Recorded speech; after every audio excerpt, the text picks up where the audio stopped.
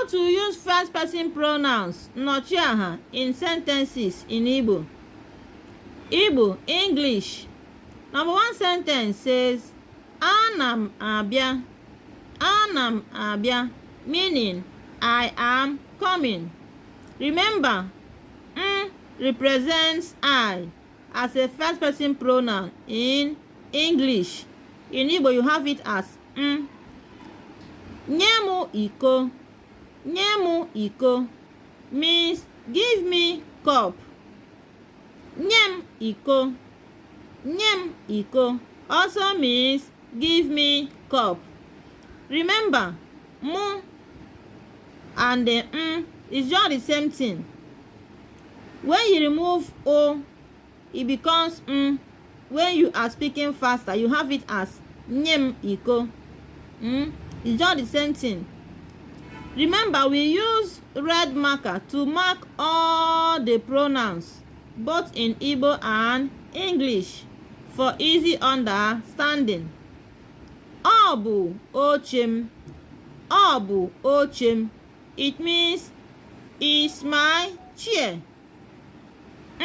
Means my as a first person pronoun in English, here in Igbo.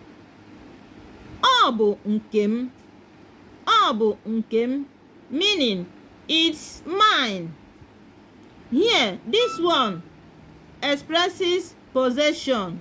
Possession, nkem, something that belongs to me. Nyemu ohere. Nyemu ohere, meaning give me chance. Give me chance. Mu means me in English. Nyem ohere. Nyem ohere. It also means give me chance. Ụlọ bụ nkem. Ụlọ bụ nkem. This house is mine.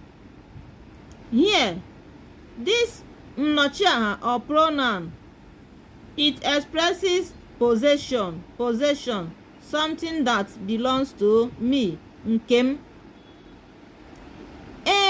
Ọ bụ nkem. Ọ bụ nkem. Yes, it's mine.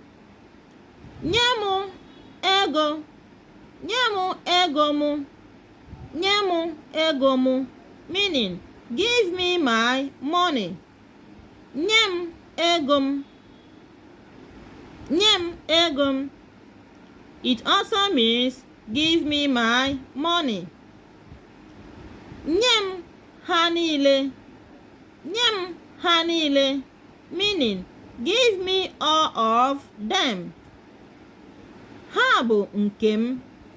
Ha bụ nkem. All are mine. Like and share our videos. Subscribe to our channel, guys.